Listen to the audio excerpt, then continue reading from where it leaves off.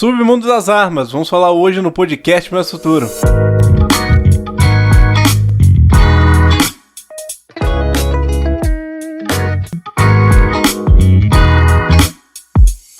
Olá, meu nome é Gustavo. E eu sou o Lucas. Sejam bem-vindos ao podcast Mais Futuro, Desconstruindo o Jornalismo. Você que está nos assistindo, muito obrigado pela sua companhia com a gente. Não esqueça de se inscrever no canal, ativar o sininho da notificação, curtir, comentar, compartilhar. Se você estiver ouvindo a gente pela essa plataforma maravilhosa de streaming de podcast, então não deixe de seguir a gente aí também. E você pode entrar no site portalfuturolivre.com, porque já tem uma matéria sobre o tema de hoje. E também seguir a gente nas redes sociais. Já falou tudo de uma vez, tá certo? Siga a gente também, já aproveitando já do início, siga também a gente nas nossas redes sociais. A minha rede social é @limainv. E a minha é @euLucasRogério. Lá no Instagram, certo? Bom, o tema de hoje... O submundo das armas. Esse tema é complexo, né? Facinho. Gustavo, 2.077.126 exemplares de armas nas mãos de civis. Esse é o número oficial aqui do Brasil, tá, pessoal? Em 2020, foram registrados 186.071 novas armas, aumentando só em 97,1% em relação ao ano de 2019. Praticamente dobrou, mais que dobrou, né? O número aí de armas que foram registradas aí no Brasil. Interessante, né? É, Lucas. E de acordo com o Sistema Nacional de Armas e o Gerenciamento Militar de Armas, até abril de 2021, foram contabilizados um total de 648.731 contabilizados em circulação no Brasil. É bastante. É muita arma, hein? Cabe também esclarecer que desse montante, o armamento da Polícia Militar é de 583.498 armas. Olha só. Interessante. Esses são números oficiais, tá, pessoal? 111,8 mil armas foram apreendidas em 2019, Gustavo. E no ano de 2020 foram 109,1 mil apreensões. Uma pequena redução aí, mas 2020, ano de pandemia, a gente dá pra entender. Mas são mais de 100 mil armas por dia, comparado, né? Esses valores aí, por dia não, perdão, por ano, comparado aí nessa número de apreensões de armas aqui no país. A ministra do Supremo Tribunal Federal, Rosa Weber, disse que 55% das armas do crime foram compradas legalmente. É uma porcentagem muito grande. Ela comentou também que a maioria das armas de fogo utilizadas no crime foram produzidas no Brasil. Esse é o dado aí da ministra Rosa Weber lá do STF. E carinhosamente falou, na época que ela falou sobre isso, estava uma polêmica no Brasil sobre a porte e posse de arma. E coube a ela os esclarecimentos devidos. O registro de novas armas de fogo chegou à marca, Gustavo, de 204,3 mil artefatos licenciados pela Polícia Federal em 2021. Mais de 200 mil armas só em 2021 foram liberadas pela Polícia Federal para ficar em circulação aqui no nosso país. De acordo com um estudo feito pela ONG, isso me ajuda aqui. Eu tenho o nome aqui, vamos lá. Small Arms Survey. Provavelmente a gente falou certo, eu não sei. Mas existem 14,84 milhões de armas em posse de civis no Brasil. São 8 para cada 100 habitantes. 8 armas para cada 100 habitantes no nosso país. É muita coisa. Mas não é nada comparado com o que eu vou te falar daqui a pouco. Daqui a pouco vocês vão ver. Agora deixa eu começar a falar sobre o tráfico de armas, né, Gustavo? Porque nesse submundo das armas a gente tem esses dados policiais, dados oficiais, mas tem essa parte aí do tráfico de armas, né? Em termos de fácil compreensão, tráfico de armas é o fornecimento das mesmas ou munições a grupos criminosos, violando normas internacionais sobre a venda dos artefatos. O tráfico internacional de armas de fogo é crime. Importar, exportar, favorecer a entrada ou saída do território nacional a qualquer título de arma de fogo, acessório ou munição sem autorização da autoridade competente, dá pena de reclusão de 4 a 8 anos e até multa. Rapaz, o tráfico de armas está totalmente relacionado às formas de crime organizado. O controle deste tráfico deve ter a agregação das polícias estaduais, Polícia Federal e Forças Armadas. O tráfico ganha força por conta da facilidade de se cruzar as fronteiras. Quase todas as armas entram no Brasil por terra. A maior parte das armas apreendidas no Brasil vem do Paraguai e dos Estados Unidos, revela o Estado de São Paulo e o G1. Os Estados Unidos, falando sobre eles, olha só, Gustavo, que lá que eu falei aqui, que tinha informação, são o país com o maior número de armas em posse de seus habitantes. São 270 milhões de armas nas mãos de civis. Isso, segundo a Small Arms Survey, mostra que tem 89 armas para cada habitante. Não é 89 para cada 100 habitantes. De acordo com essa pesquisa da ONG, 89 armas para cada habitante nos Estados Unidos. Bastante. Pois é.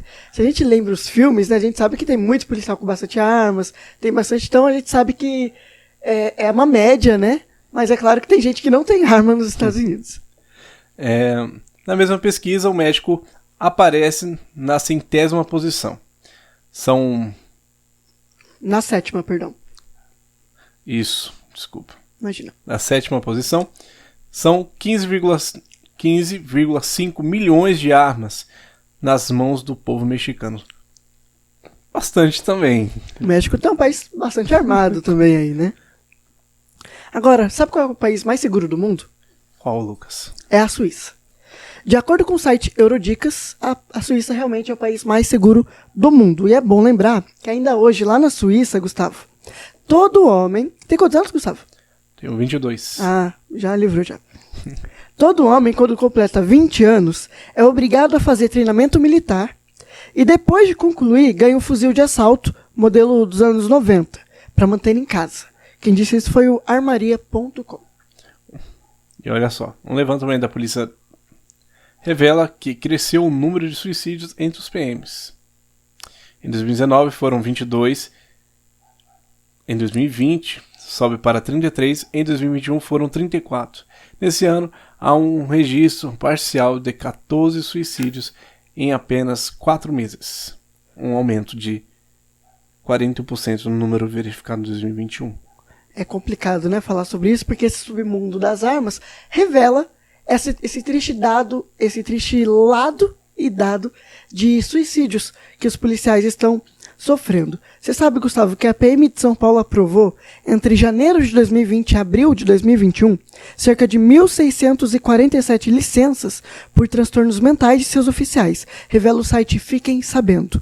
Significa dizer, então, Gustavo, em termos técnicos, que tá tão estressante trabalhar como policial, que são tantos casos de transtornos mentais que os policiais sofrem, que acaba ocasionando em ansiedade, depressão e, em último caso, o suicídio.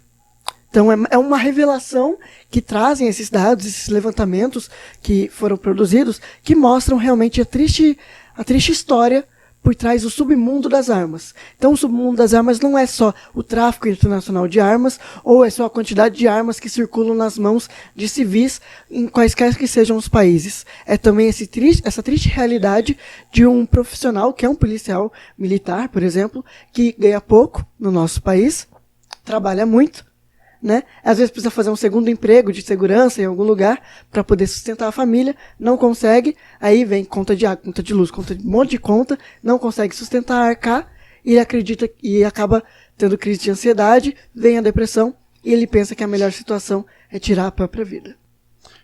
Por muitas vezes o trabalho do policial é muito estressante. Então ele, igual nesse caso aqui, até o momento que se tem registrado, são 14 por suicídio. Então, em 4 meses, 4 meses mais ou menos, temos esse registro de policiais. Claro que a corporação, creio eu, né? Claro, tenta dar o maior apoio possível para os policiais, né? Nesse caso, estão passando por um momento difícil, porque também a profissão deles não são fáceis, né? Por muitos momentos ele passa por cada situações, e a gente vê até alguns casos que a gente vê pelas notícias, casos assim... assustadores. Isso, assustadores. Casos que são impressionantes, e a gente se impressiona, imagina eles que estão ali naquele tete a tete, naquela situação. E eles têm que passar por aquilo, eles têm que dar um jeito, passar por aquela situação, e aí muitas vezes isso atinge o psicológico. Exatamente. Uma coisa que atinge muito o psicológico do policial é que por conta de uma pessoa, a corporação inteira sofre. Paga a conta, né? Um policial ruim, aí todo mundo é ruim, então. Muita gente tem medo de passar na frente de um policial. Hoje em dia no Brasil, as pessoas têm medo da polícia. É complicado isso. Vários estudos revelam que as pessoas têm medo da polícia. Que acreditam que a polícia é do mal, muitas vezes, né? Por conta de um policial, por conta de um caso, e acaba manchando a imagem da corporação. Isso também mexe com a cabeça do policial, né? A cobrança que ele tem. Vocês têm que prender, vocês têm que fazer um monte de coisa. Olha os bandos tanto de bandido solto. Mas às vezes a polícia... A gente falou isso no episódio passado, se eu não me engano, ou no anterior. A polícia prende, a justiça solta, né? Foi revelado um estudo. Então, muitas vezes a polícia é a culpada, toma a culpa, que não tem, né? E sofre as consequências por conta disso. Policiais que são ameaçados todos os dias. É muito complicado. Isso mexe muito com a cabeça deles, né? E eles lidam, por exemplo, com essa questão do tráfico de armas. Eles têm que lidar com uma bandidagem mais armada, mais equipada. Vem por terra, né? A gente leu aqui que vem por terra as armas no Brasil. Vem do Paraguai, vem dos Estados Unidos. Tem as fronteiras que são fáceis de acesso no país. Então é muito complicado trabalhar como policial no nosso país. Por conta desse submundo das armas. Você tem o direito a uma arma, mas será que você está preparado para ter essa arma? Será que você tem um psicológico bom o suficiente para você ter um aporte e a posse de armas no nosso país? E o mais impressionante que ainda no estudo aqui também aponta que 55% é legalizado. Isso é um número impressionante. 55% é legalizado as armas que foram apreendidas nas operações. Isso revela uma coisa muito interessante, que tem um desvio de armas oficiais do Estado. Muito aconteceu no Rio de Janeiro, isso. A gente pesquisando para ter uma base para falar hoje aqui. Então, muito se veio do Rio de Janeiro.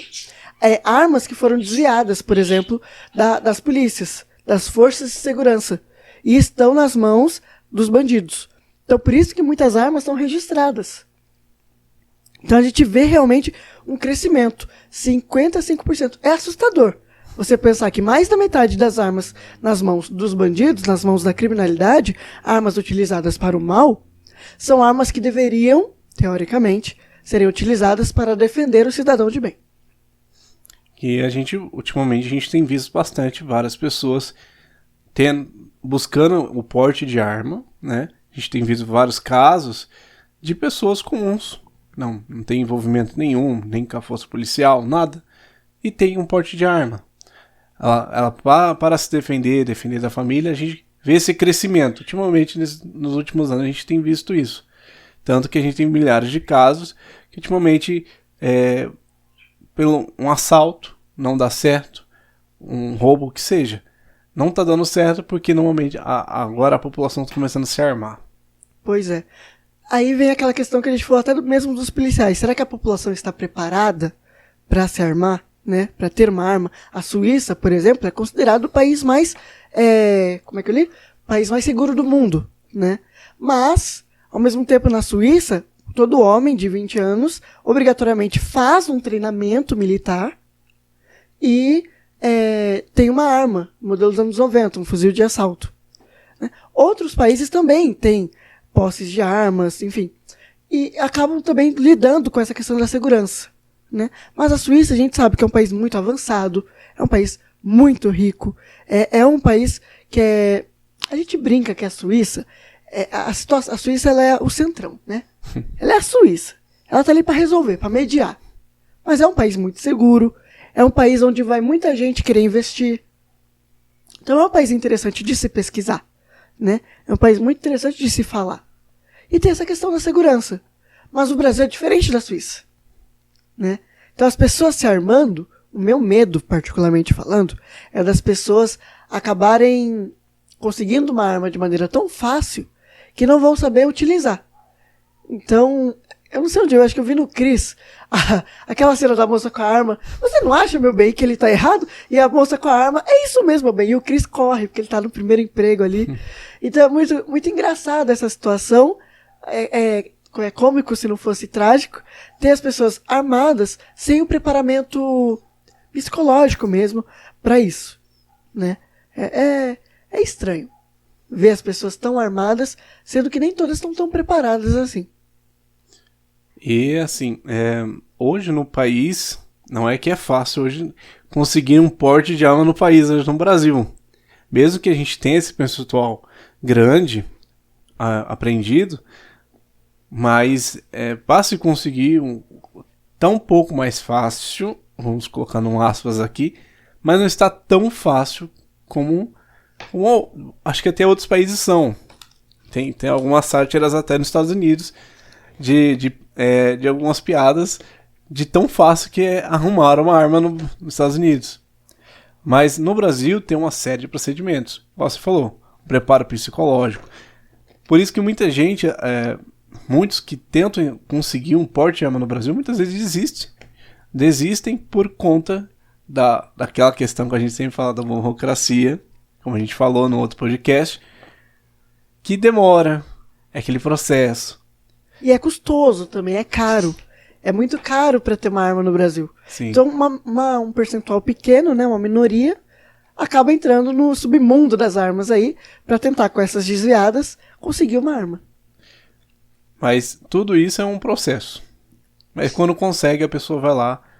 Normalmente a pessoa pesquisou bem, foi conversar, foi fazer todo, acho que provavelmente existe esse treinamento, tudo certinho, para que não haja nenhum tipo desses casos, quando você igual no Crisa, a mulher foi atender a porta com a arma na mão e falando com ele. Então, são situações. Então, tem esse lado, mas também tem um outro. O que me chama a atenção nesses dados aqui é os Estados Unidos, né? São 89 armas para cada habitante nos Estados Unidos, de acordo com as informações oficiais. A gente vê séries, né? A gente imagina a Lista Negra, uma Elizabeth King aparecendo a gente do FBI e tal. E a gente pensa assim, caramba, 89 armas para cada pessoa, se a gente fosse dividir a quantidade de armas que tem para a quantidade de habitantes. É um país extremamente armado. E é fácil, né, assim, pelas sátiras que a gente vê, entre aspas, ter uma arma nos Estados Unidos. A gente não tá lá pra ver como é que é a realidade, né? Sim. É igual quando a gente vê eles falando do Brasil, ou qualquer outro país falando do Brasil, a gente fala, não, mas não é tão assim, calma. O Brasil não é só carnaval. Não é só carnaval, não tem onça andando no meio da rua. As pessoas têm uma visão diferente, né?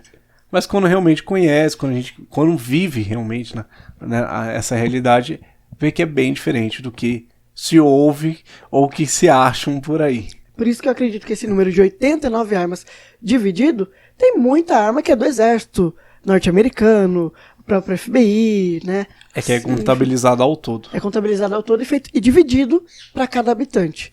No México, por exemplo, é 8... Quem falou pra você? 8 para 100 habitantes? Peraí. Porque se nos Estados Unidos é 89 para 1, lá no México, de acordo com o que a gente pesquisou aqui, acho que ele tá bem no começo, né? Então você mesmo. Tá comigo? Lá no México é 8 para cada 100 habitantes. Mas eu decorei essa informação. 8 armas para cada 100 habitantes. Então não é que tem 8 armas para cada habitante. Então o México, por exemplo, é um país muito menos armado. E o México faz fronteira ali com os Estados Unidos. Tem toda aquela questão do muro, né? Lembra? Do Donald Trump, enfim. Toda aquela questão. E esse submundo das armas, ele inclui aqui muitas outras coisas que a gente não dá tempo de falar, né? Mas são muitas outras questões.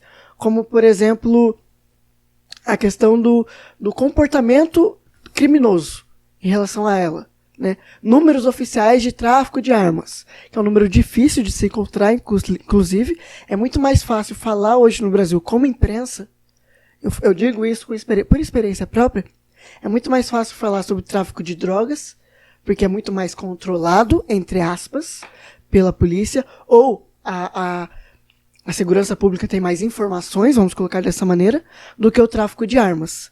Porque o que a gente sabe, o tráfico de armas ele entra por via terrestre, o tráfico de armas está associado ao tráfico de drogas, e o tráfico de armas é algo que vem crescendo substancialmente em todo o mundo. Não existe um controle tão rígido assim, ainda aqui no nosso país, mas existe sim um controle e uma apreensão muito grande. São muitos casos de apreensões que a Polícia Federal faz, aí juntamente com a Polícia Rodoviária Federal, principalmente nos estados de fronteira. E você que pensa que você que mora aí fora, que não é brasileiro, né? É naturalizado também brasileiro, que é fácil entrar no nosso país. Nós brasileiros pensamos que é assim, mas na verdade a realidade é totalmente outra. Para entrar no país, a Polícia Federal faz um trabalho assim impressionante, que eu mesmo já pesquisei sobre isso, e é uma coisa assim impressionante mesmo. Para muitas pessoas é muito difícil entrar no Brasil. É igual que a gente ouve, que a gente ia para os Estados Unidos, nós brasileiros, chega lá e a alfândega barrar. Aqui no Brasil também acontece bastante, e assim, eu fiquei impressionado com isso. É uma coisa que a gente tem que valorizar no nosso país, né? A segurança para entrada, ela, para muita gente, ela é fácil, né? Ela é facilitada para entrar, mas na verdade não é tão fácil assim. E a intenção, cada vez mais, é endurecer mais ainda. Assim como os Estados Unidos têm o endurecimento que a gente vê, né? O Brasil também está nesse caminho de sempre endurecer mais para as pessoas que vêm de fora, né? Para não ter essa facilidade.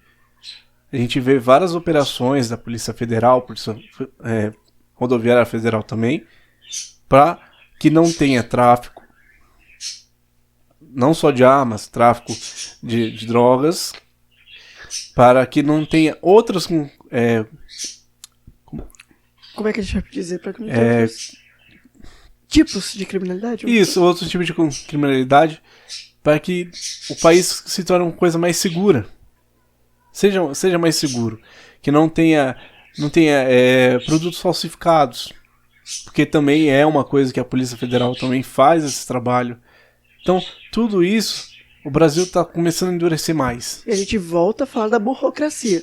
Porque muitas vezes é a polícia de São Paulo que não consegue conversar com a polícia de Minas Gerais, ou a polícia de Minas Gerais não consegue conversar com a polícia de São Paulo por conta de todo um processo burocrático que precisa de uma autorização. Recentemente, aqui em São Paulo, tá em discussão ainda essa questão para mudar, mas às vezes um policial que está na capital, ele não pode prender sem autorização da prefeitura, de algum lugar ali no estado. Tem alguns casos que pode, enfim. Tá em discussão todo esse caso, então, até o fechar desse podcast, tá assim nessa situação, e ainda em discussão. E tem muitas outras coisas. Então a burocracia ainda atrapalha o controle, vamos dizer assim, da segurança do nosso país. E isso mexe com o submundo das armas. E aí você vê que tudo volta nesse loop. Esse efeito dominó aí, que a gente tá tão comentando, todos os episódios praticamente dessa temporada, temas bem diferentes, mas que acabam se juntando por conta dessa questão que pode ser resolvida. Sim. Mas que tá se encaminhando aí, né? Tá se encaminhando e nós acreditamos que em breve se resolva. Seja uma situação mais simples, mais prática, que não tenha pra gente parar com essa mania de sempre falar o policial prende, mas a justiça sempre libera. Ou que esse processo seja quebrado, mas seja um processo facilitado, um processo mais limpo. Exatamente. Aqui no Brasil, para quem você que está assistindo de fora, não é que você anda na rua, lá no Rio de Janeiro, e tem o cara armado e tal. Uma pesquisa revelou, eu não coloquei aqui, mas é bem interessante falar, que a maioria das armas, dos armamentos da criminalidade são armas leves. Então existe uma minoria forte, não é a maioria absoluta, mas existe uma minoria forte que tem armamento pesado. Armamento de guerra, inclusive, né? Até que o próprio exército brasileiro muitas vezes não tem. Mas a maioria das armas são armas leves, os calibres 38, esses que a gente vê muito em programas jornalísticos, que ocorrem nos assaltos e etc e tal.